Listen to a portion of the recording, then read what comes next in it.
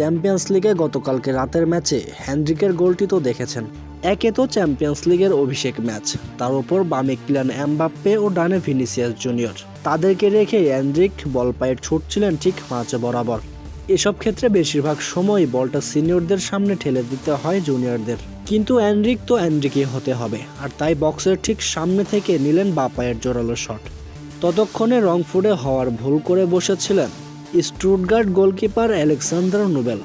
তবে বায়ে ঝাঁপ দিয়েও চ্যাম্পিয়ন্স লিগের হ্যান্ড্রিকের অভিষেক ম্যাচের গোলটি ঠেকাতে পারেননি তিনি। ঠিক ওই মুহূর্তের ভিডিও রিপ্লে দেখলে কারো কারো চোখে পড়তো কিলিয়ান এমবাপ্পের হতাশাটাও। রিয়াল মাদ্রিদের এই ফরাসি ফরোয়ার্ড আশা করেছিলেন হয়তো হ্যান্ড্রিক তাকে বলটি পাস করবেন, কিন্তু তা না করায় কোচ কার্লো আনচেলত্তি অবশ্য খুশি হয়েছেন।